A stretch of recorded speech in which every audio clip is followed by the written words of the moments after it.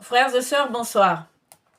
Je suis contente de vous retrouver pour cette vidéo que j'appelle vidéo pépite. Ça faisait longtemps que je n'avais pas partagé avec vous une pépite. En effet, frères et sœurs, la Bible est remplie de beauté et de magnificence de Dieu, qui le révèle uniquement à ceux qui l'aiment. 1 Corinthiens 2.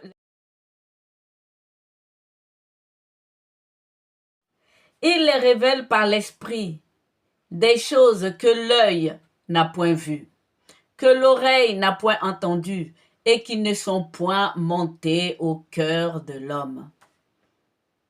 Aujourd'hui, frères et sœurs, je vous partage une de ces magnificences de Dieu, que saint Paul appelle la plénitude de Dieu.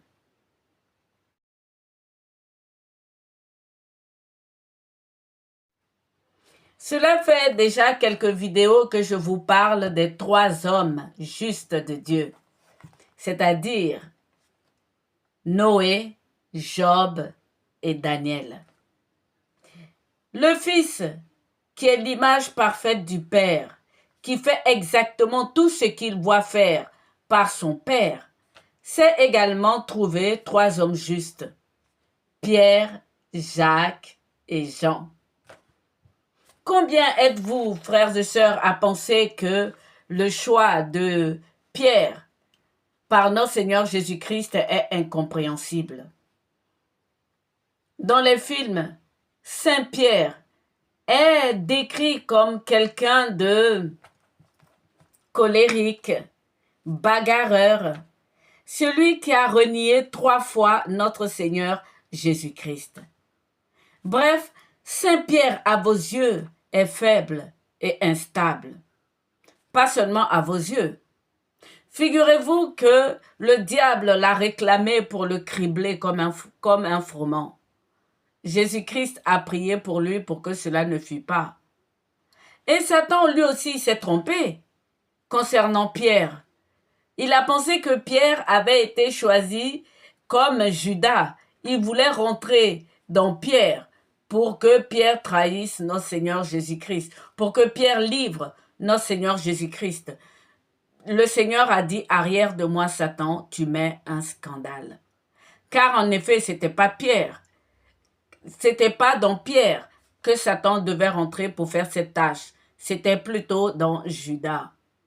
C'est-à-dire à quel point Saint Pierre nous trouble. Et plus encore Jésus-Christ. Pourquoi est-ce qu'il a choisi Saint Pierre? Frères et sœurs, laissez-moi vous dire que vous vous trompez, mais alors, grossièrement, à propos de Saint Pierre. Mais avant de continuer cette vidéo, laissez-moi vous rappeler quand même que le choix de notre Seigneur pour ses apôtres nous pose des questions. Je vous donne l'exemple de Matthieu. Il était assis tranquillement à sa table. Notre Seigneur Jésus-Christ arrive vers lui et il lui dit, toi, suis-moi. Et le gars, il laisse tout, il se lève et il suit le Seigneur.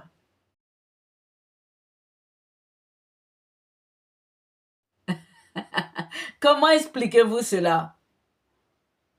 Est-ce qu'il a hypnotisé Matthieu? Et c'est le même cas avec Pierre. Eh oui, nous l'appelons tous Pierre. Mais à l'origine, son nom c'est Simon. Le Seigneur l'a baptisé d'emblée dès qu'il l'a vu. Après donc cette pêche miraculeuse.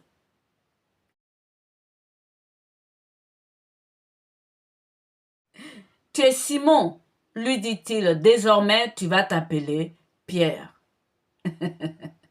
Lequel d'entre nous réagira comme ces 2 hommes? La plupart des autres ont dit, laissez-nous aller enterrer nos parents, laissez-nous aller faire un mariage, etc. Mais ces 2-là n'ont posé aucune résistance. Frères et sœurs, il y a plusieurs façons de lire la Bible. Il y a la façon charnelle pour être guéri et délivré. Il y a aussi la façon méditative. Et cette façon vous fait connaître le dessein d'amour, de paix de notre Dieu. En effet, Pierre, Jacques et Jean sont des anciens. Ils le disent dans leurs lettres. Et Pierre a insisté sur le fait que ses enseignements doivent perdurer après lui. Il l'a dit, il fera tout pour cela. C'est dans 2 Pierre 1, les versets 14 à 15.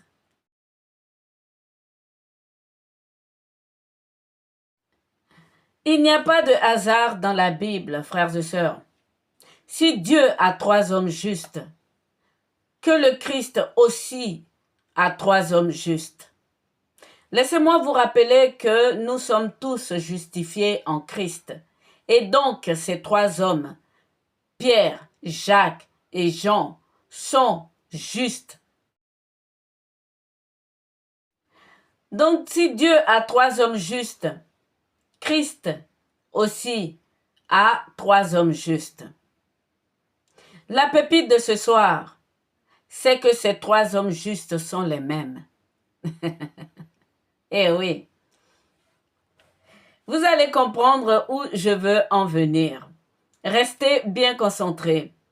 Nous allons parler dans cette vidéo de réincarnation. Commençons d'abord par définir ce que veut dire ce mot, réincarnation, chez les laïcs comme chez les animistes. Vous savez qu'il y a beaucoup de religions qui croient à la réincarnation. Voilà ce qui est dit dans le Larousse.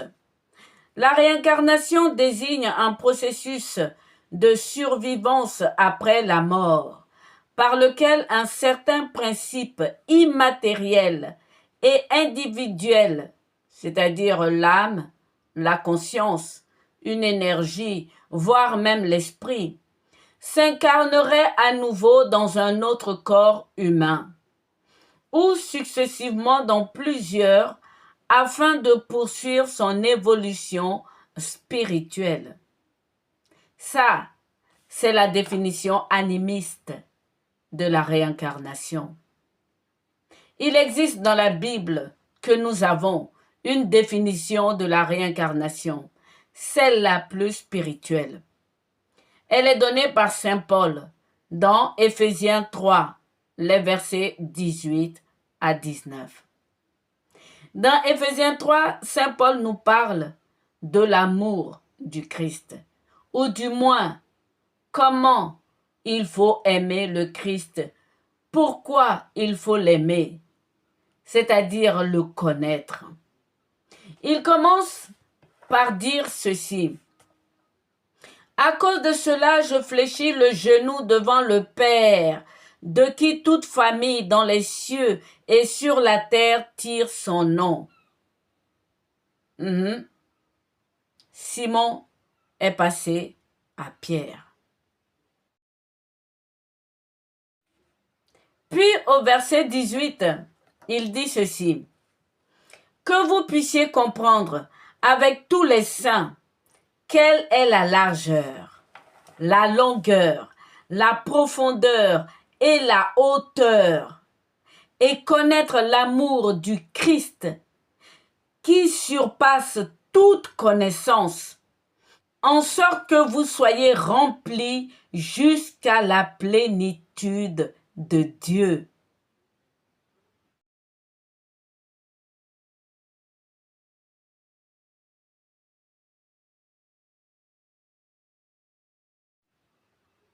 Voilà pour ce qui est la définition réelle de la réincarnation.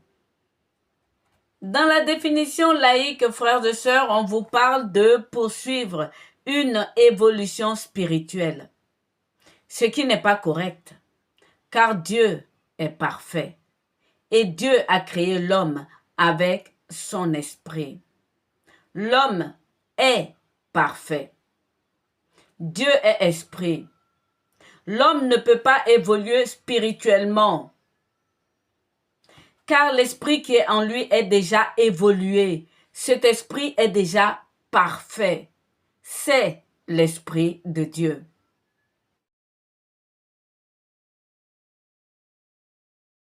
Et Saint Jean nous dit dans sa lettre que ce qui est à l'intérieur de nous est plus grand que celui qui est au dehors. C'est vous dire à quel point l'esprit de l'homme est parfait et que cet esprit n'a pas besoin d'évolution. Contrairement à cette définition laïque et animiste, la définition de Saint Paul nous parle de la plénitude de Dieu. Dieu est éternel. Dieu est esprit. La chair n'a rien à voir ici, puisque lorsque nous mourons, nous retournons tout simplement en ce qui concerne la partie charnelle en poussière. Ce dont Saint Paul parle, lui, dans sa définition de la réincarnation, c'est être rempli de la vie en abondance. La plénitude de la connaissance de Dieu. Dieu est éternel.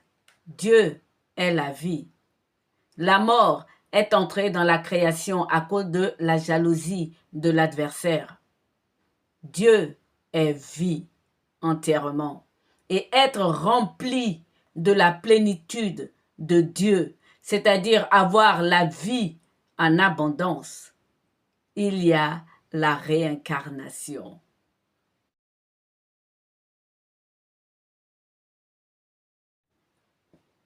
Il nous est dit cette parole extraordinaire. Car Christ qui est égal à Dieu ne rétint pas jalousement le rang qui l'égalait à Dieu. Il s'est dépouillé pour nous enrichir de Dieu, c'est-à-dire de la vie abondante. Il le dit lui-même, le Père m'aime parce que je donne ma vie pour la reprendre. Voilà pourquoi Saint Paul parle de la connaissance de Christ qui dépasse, qui surpasse toute connaissance. Connaître Dieu, connaître le Christ, c'est merveilleux, frères et sœurs. Donc, pour accomplir ce dessein extraordinaire de Dieu pour nous donner une belle espérance, il y en a parmi nous qui s'en vont et qui reviennent. Il y a eu par exemple le cas de Saint Jean le Baptiste. Il ne savait pas lui-même qu'il était le Élie qui avait été enlevé. C'est Jésus-Christ, lui qui est le Maître, qui lui a dit, c'était le Élie qui devait venir.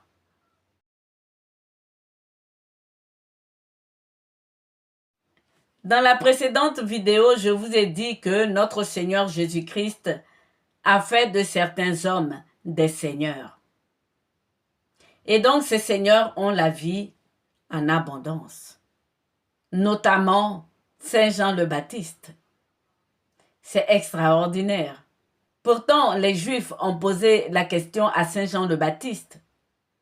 Est-ce que tu es le Élie qui devait venir? Il a dit non. Moi, je suis la voix qui crie dans le désert.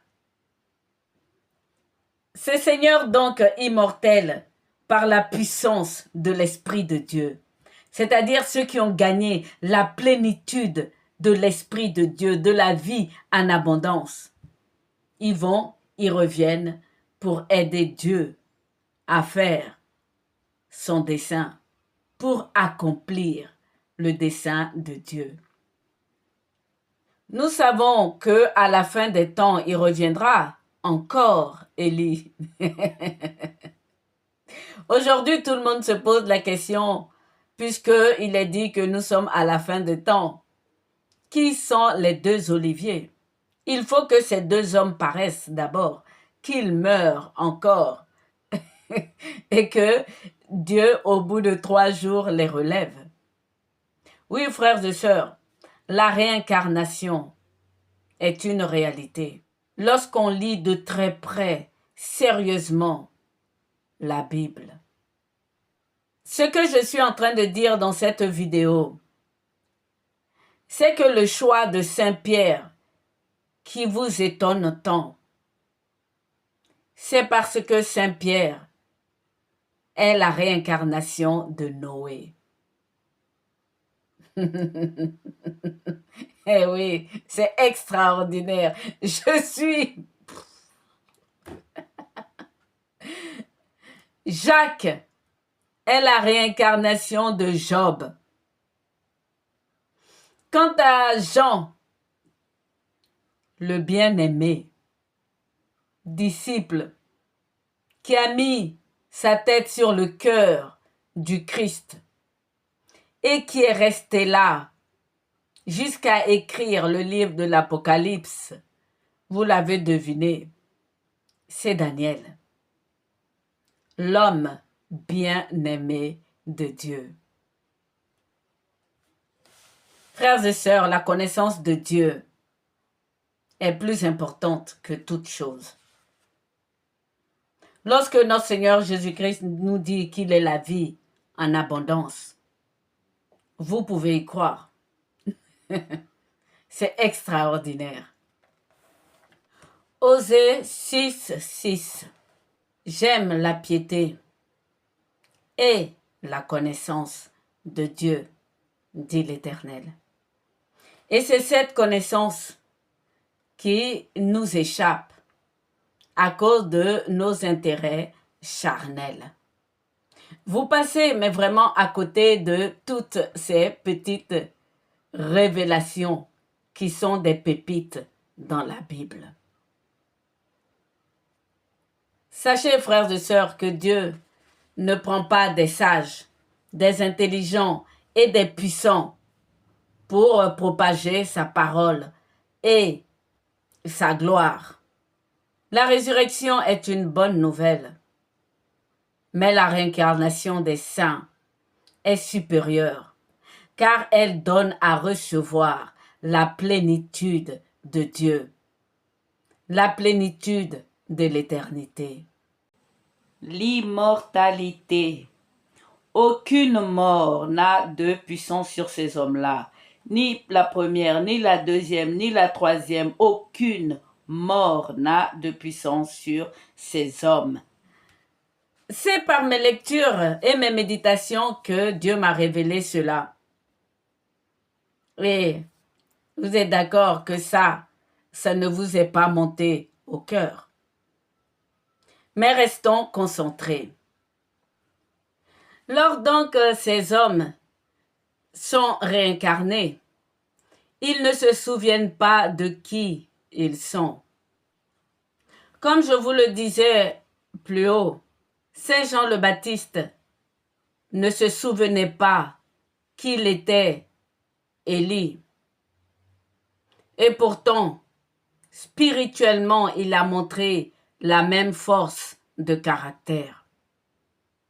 C'est-à-dire lorsque il rudoyait, mais vraiment avec colère, les Juifs qui venaient recevoir le baptême et ceux qui ne voulaient pas recevoir le baptême.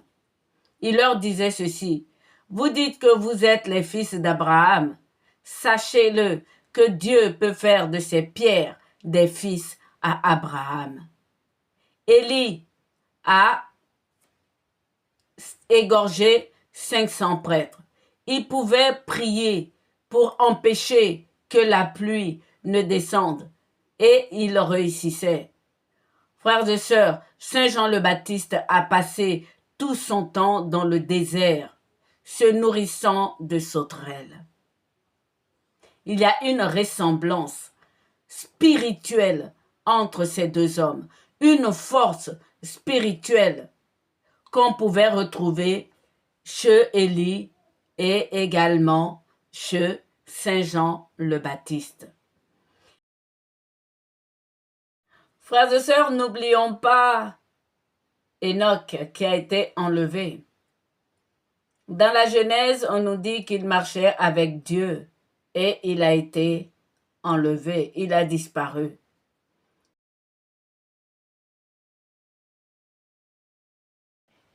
Il y a une vraie similitude entre Enoch et Moïse. Enoch a marché avec Dieu pendant longtemps avant d'être enlevé. Lorsque Dieu est venu à Moïse, qu'est-ce qui s'est passé? Il a marché avec lui pendant 40 ans dans le désert avec les Hébreux. Enoch connaissait bien Dieu. Il a été enlevé avec Dieu. Cela explique pourquoi est-ce que Moïse a tenu 40 jours et 40 nuits sur la montagne avec Dieu jusqu'à avoir un visage translucide. Frères et sœurs, Moïse et Enoch sont la même personne. Lorsque Dieu a voulu décharger Moïse de sa tâche, l'esprit qui était sur Moïse, il l'a partagé à 72 anciens. C'est vous dire à quel point Moïse était puissant. Parce que par le passé, il a marché avec Dieu pendant 360 ans en étant Enoch. Moïse ne pouvait pas parler. Il ne savait pas parler, il était bègue. Et pourtant Dieu a voulu que ce soit lui qui tienne le bâton. Il y a une raison à cela. Moïse était bien Enoch. La plénitude de la vie, c'est cette puissance spirituelle que ces hommes ont. J'aimerais tellement que lorsque vous lisez votre Bible, vous voyez que ces hommes ne sont pas comme nous, que ce sont des seigneurs. Nous sommes des rois. Eux, ce sont des seigneurs.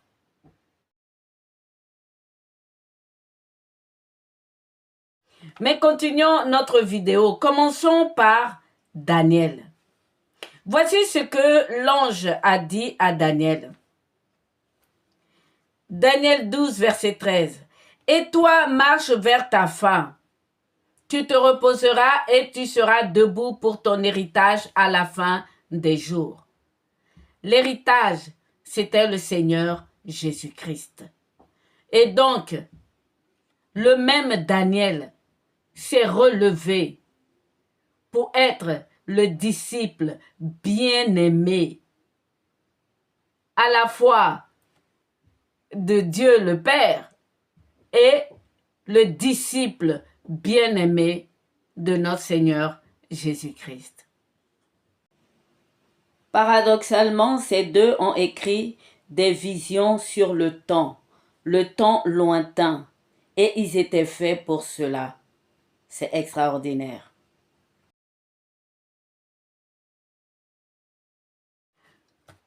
Daniel est dit par 2 fois qu'il est l'homme bien-aimé, le bien-aimé de Dieu.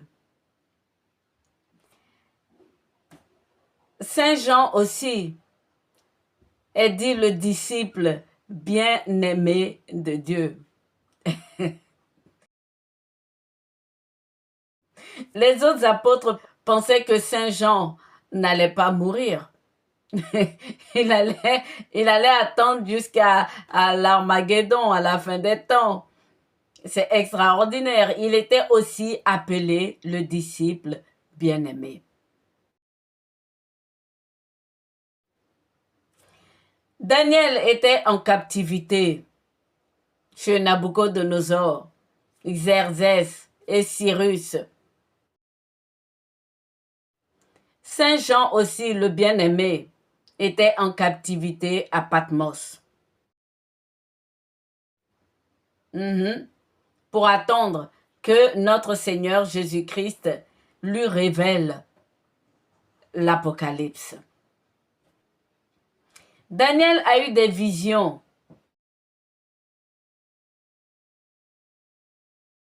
Des révélations. Il fallait qu'il soit fort. Rappelez-vous, dans son livre, il raconte que lors d'une vision, tous les autres ont fui et que lui, il est tombé sur ses genoux comme mort. et que l'homme a posé la main sur lui pour lui dire, aie de la force, redresse-toi, homme bien-aimé de Dieu, je veux te parler. Eh bien, pareil pour Saint Jean. Lorsqu'il a vu cette vision, il a eu peur. N'aie pas peur, je suis le premier et le dernier, j'étais mort et voici, je suis vivant pour des siècles et des siècles. Je détiens les clés de la mort et du séjour des morts. C'est extraordinaire comment ces deux hommes se ressemblent. Et cette force spirituelle qu'ils ont de supporter les visions de l'au-delà. Jean le dit, hein, je fus saisi par l'esprit et j'entendis une voix forte comme le son des trompettes qui disait, ce que tu vois, écris-le dans le livre et envoie-le aux 7 églises, c'est-à-dire dans le temps. En ce qui concerne Daniel, on lui dit de tenir scellés ses écrits jusqu'à la fin. Plusieurs le liront et la connaissance grandira. Daniel et Jean ont donc des similitudes, une ressemblance complète, exacte entre ces deux hommes. Un fait aussi marquant dans le livre de Daniel, l'ange leva les deux mains au ciel et jura par celui qui est dans le ciel, disant que pour que tous ces prodiges puissent finir, il faut un temps, des temps et la moitié d'un temps. La même scène s'est produite dans l'Apocalypse devant Saint Jean. L'ange leva la main vers le ciel. Il jura, disant qu'il y aura plus de temps après la 7e trompette. Lorsque l'ange dans Daniel donne l'explication donc de ce temps extraordinaire, les 70 fois 7, c'est-à-dire 70 semaines, et que notre Seigneur Jésus-Christ nous parle de pardonner. Je vous l'ai mis dans un short. La signification, c'est de pardonner 70 fois 7 jours sur 7.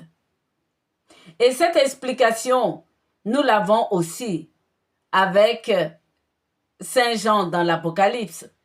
Il s'agit donc des temps des trompettes, avant les temps des fléaux. Nous avons donc les temps des chevaux. C'est le temps donc avec Israël. Et nous avons les temps des trompettes. C'est notre temps de louange. Et ensuite, il y aura les 7 temps des fléaux.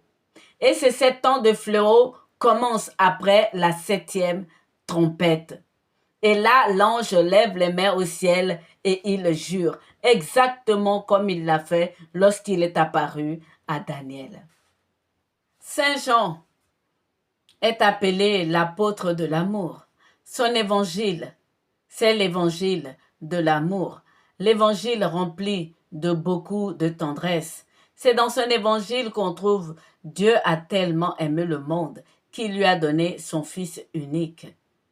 C'est dans ces lettres que nous apprenons l'amour de Dieu pour l'homme. Et Saint Jean, paradoxalement, parle plus du fait que le Christ se soit fait homme.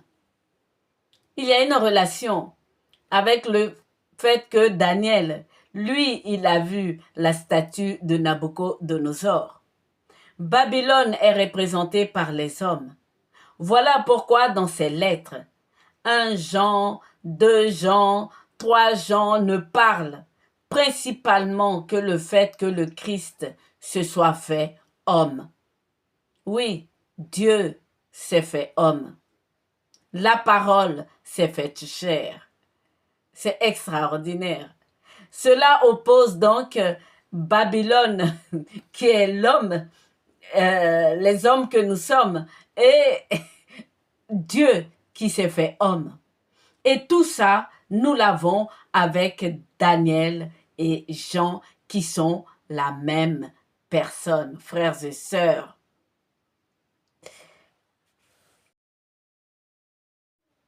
Où est-ce que nous voyons cette plénitude dont parle Saint Paul de la connaissance du Christ? De Daniel qui a vu une statue, qui a vu des hommes débordant d'orgueil, ne connaissant pas Dieu, et Jean qui a mis sa tête sur le cœur de Dieu. La plénitude qu'il a reçue, frères et sœurs, c'est la plénitude de l'amour de Dieu. Lorsque vous voyez Daniel, que vous voyez Jean, il n'est pas question d'une évolution spirituelle, mais plutôt d'une plénitude spirituelle. C'est pour cela que Saint Jean ne parle que de l'amour de Dieu. C'est extraordinaire. Et que Dieu se soit fait homme par amour pour nous. Passons maintenant à Pierre. Vous allez me dire, mais Daniel, c'est facile. Mais qu'en est-il de Pierre? Revoyons comme ça comment est-ce que Pierre a été appelé par notre Seigneur Jésus-Christ. Il était en train de pêcher avec ses amis, ses frères, et il ne pêchait rien. Il ne prenait aucun poisson. Notre Seigneur Jésus-Christ vient et lui dit, avance au large. C'est-à-dire avance dans le temps. Va en profondeur et lance et jette ton filet. Ce qu'ils ont fait, ils se sont exécutés, ils sont allés en profondeur, ils ont jeté le filet et ils ne pouvaient plus remonter tellement le filet était rempli de poissons. Ça ne vous rappelle pas l'image de l'arche de Noé? Je suis tout émue quand je fais cette vidéo. Je suis tellement émue que je pense que vous allez avoir un peu de mal à me suivre. C'est tellement beau. Frères et sœurs, cette image de notre Seigneur Jésus-Christ avec le filet plein de poissons, c'est nous. Ce que vous appelez la pêche miraculeuse, c'est l'Église. Dans l'arche de Noé, il n'était que 8. Une seule famille avait été sauvée. Donc Dieu, en disant à Pierre de lancer le filet beaucoup plus en profondeur, il parlait du temps. Le filet qu'a remonté Saint-Pierre, c'est l'arche de Noé, mais pour notre temps. Et lorsque Simon-Pierre a vu ce truc extraordinaire, il s'est mis à genoux devant le Christ. Et le Christ lui a dit, n'aie pas crainte. Désormais, tu pêcheras des hommes. Voici la nouvelle arche de Noé. Je vous laisse admirer la pêche miraculeuse. Pierre, lui, ne se souvenant pas, mais Jésus-Christ, le Maître, savait très bien ce qui allait entrer dans le nouvel arche. Après avoir avancé au large et jeté ses filets dans les profondeurs.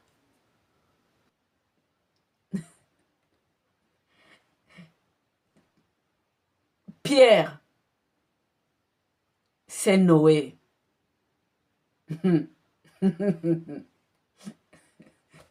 C'est extraordinaire. Je suis tout émue. je continue la vidéo. Ouais, Pierre était instable. Pierre était nerveux. Pierre était bagarreur. C'est tout la description de Noé.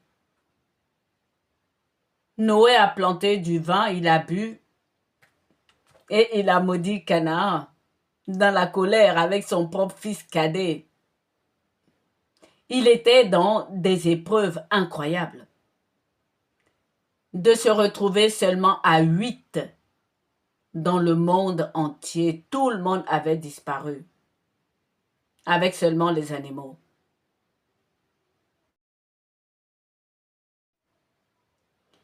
Pour revenir à Saint Pierre, il est le seul dans ses lettres à parler de Noé.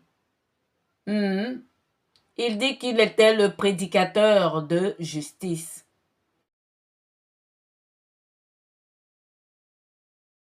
Personne d'autre n'en parle. Il est également le seul dans ses lettres à parler des temps anciens, de comment se comportaient nos ancêtres lorsque Dieu a fait venir le déluge. Saint Pierre est le seul à parler des difficultés d'être en tant que chrétien mis à l'épreuve du feu. Saint Pierre est le seul à parler, frères et sœurs, du temps qui passe sur nous comme la fleur des champs.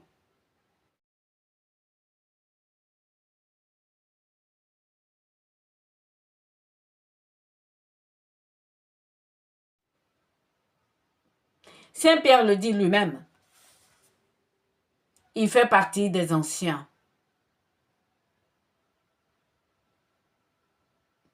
Il le dit par rapport à qui? Il ne le dit pas par rapport à Saint Paul quand même. Il le dit par rapport au fait qu'il est vraiment ancien. Vous savez, frères et sœurs, lorsqu'il y a la réincarnation, on ne se souvient pas charnellement. Car comme dit Job lui-même, Dieu nous a enfermés dans une clôture sans intelligence. Mais les traits de caractère demeurent. Lorsque vous lisez Pierre, vous avez l'impression d'avoir l'esprit de Noé.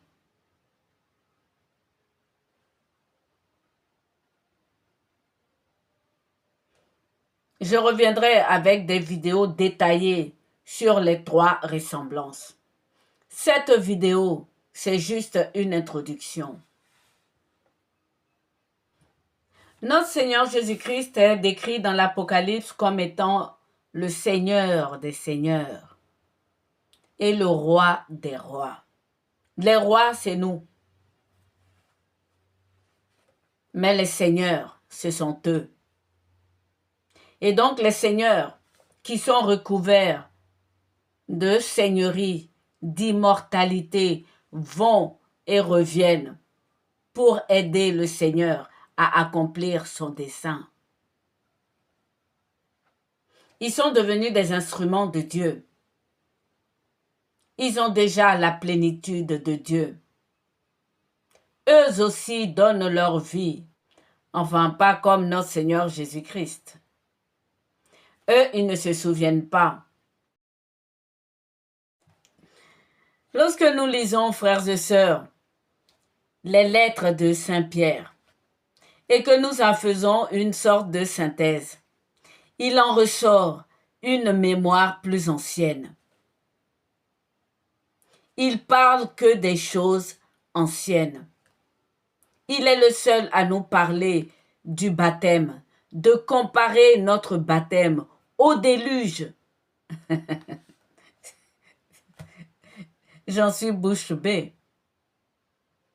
C'est lui, Saint Pierre, qui a comparé notre baptême à celui du déluge et à celui de la mer Rouge. C'est lui également qui parle de la conscience du baptême. Il le dit clairement, le baptême n'enlève pas les péchés. Le baptême nous donne autre chose. Et pour arrêter ici avec Pierre, il nous dit ceci dans 2 Pierre 1, les versets 14-15. Il annonce sa mort, mais il promet de veiller sur sa parole afin que ses enseignements demeurent. Il dit ceci, « Je ferai tout pour cela. » Comment est-ce qu'il va faire ça? Je ne sais pas. Nous n'avons aucun écrit de Noé. Et donc c'est normal que Saint Pierre écrive en ce qui concerne Noé et continue spirituellement de nous enseigner ce que Noé a reçu. C'est encore là, frères et sœurs, une signification de la plénitude de Dieu en esprit. Ce sont eux, les veilleurs, les élus, les anciens.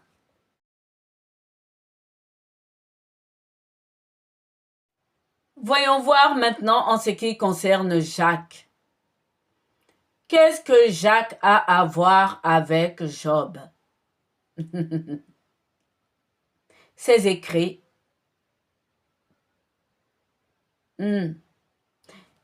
Jacques est celui qui parle de la résistance dans les difficultés. C'est un trait de caractère de Job.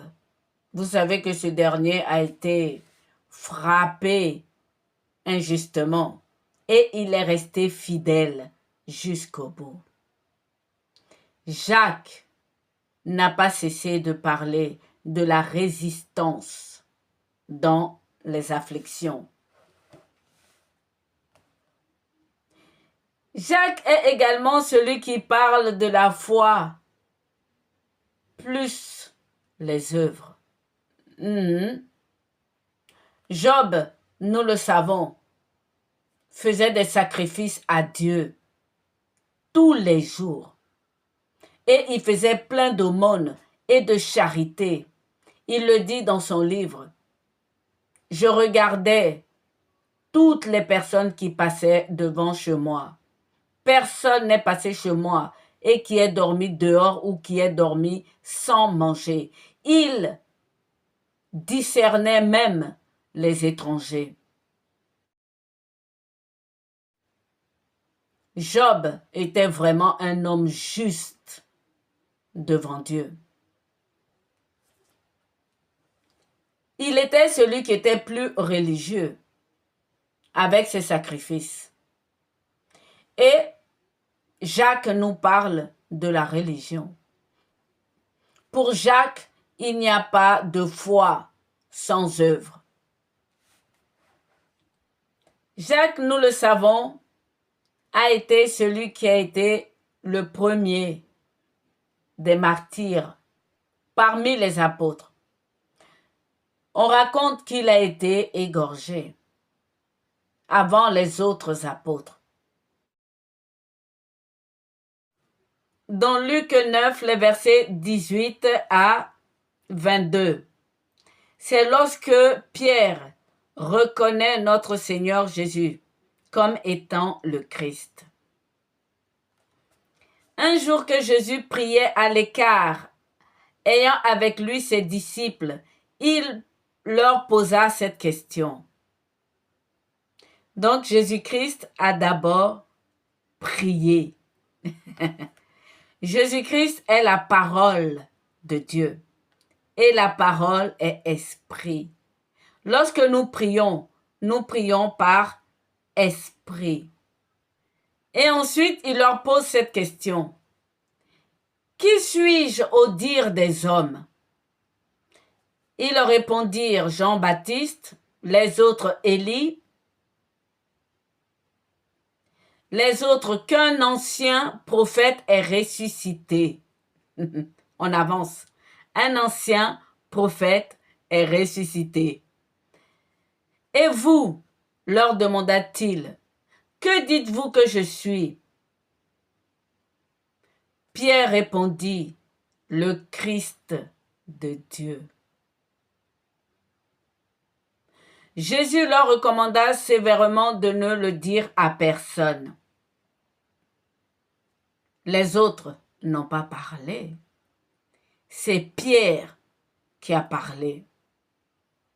Comment est-ce que cela a été communiqué à l'esprit de Pierre et pas aux autres? Ils étaient tous avec lui. Et souvenez-vous, il ne s'appelle pas Simon là, il est déjà Pierre.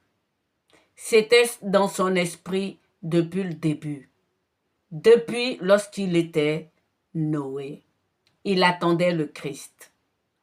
Et c'est l'esprit qui le lui a dit. Et par ailleurs, notre Seigneur Jésus-Christ le dit lui-même. Ce n'est ni la chair, ni le sang qui t'ont révélé cela. C'est mon Père qui est dans les cieux. C'est-à-dire, c'est l'esprit avec lequel tu as été créé depuis le début qui te l'a fait connaître. Frères et sœurs, lisez votre Bible et méditez sur la parole de Dieu. Que Dieu vous bénisse et qu'il vous relève pour votre héritage.